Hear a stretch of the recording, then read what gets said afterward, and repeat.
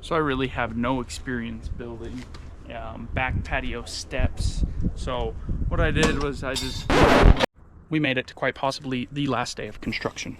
So I'll show you what I'm doing on my last row. I had the row about an inch too far. So as I'm bringing it in, I'm laying each paver and pounding them in to settle this and make it level with these other bricks. So what I'm gonna do with this one is the same thing.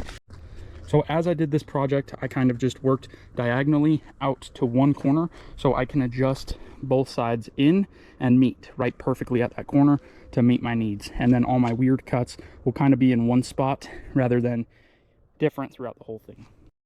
We did it. I'm a really lucky guy. My blade actually broke. Well, my tool broke on my last cut. So I had to spend about an hour chiseling around this. And it wasn't perfect, but it's the last piece of the puzzle. And that is the last brick to be laid.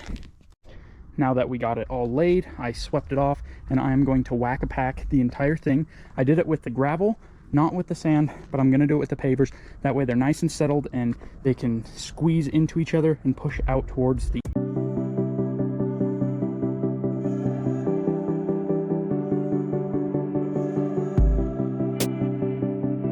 Last day of the patio porch pavers, and we're doing locking sand.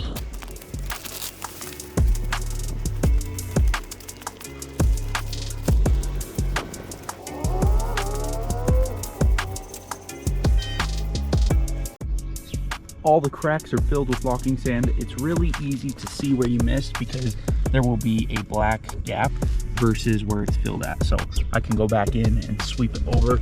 And I'm just gonna fill every single crack that I see and just go over it twice.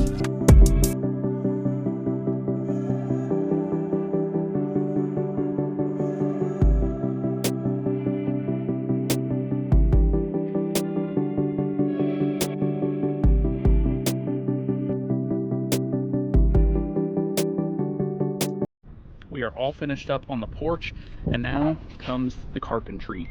So I am building a back staircase with some hand railings. So problem was I'm flat on the paver side, but not flat against the house. So my dad actually showed me a very cool way to make sure this is straight. So on this end, so I want it flat on my pavers. So one more time, what I'm gonna do, I take this other side, is just draw a line all the way down, all the way down. Once I got my angle, which I take from here, I see what degree this angle's at. So we find our tick mark at 2 degrees, and we slide that all the way to the end to save some wood. And we make sure that that's still at 2 degrees. So bring it back, a little too much.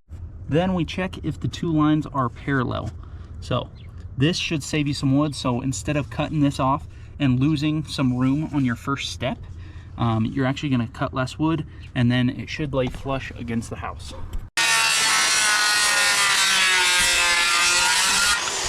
Now, I can't take credit for this super cool trick. My dad actually taught me. I called him on the phone, he walked me through it, and I just don't have the mind of a carpenter. I'm a banker. I'm dealt in the world of finance, but he is a genius. He has saved me so many times in so many different pinches. Every time I get myself into some stupid project, he bails me out. So someday I might not have that privilege, but for now I'm lucky I do. I appreciate him so much. Love you, Dad, if you're watching. After you make sure that this is flush, you're going to add these bracket mounts to hold your stair up. And what you do is, once it's mounted, you can bend this metal and you're just gonna screw it all together. One thing I forgot to do was check level.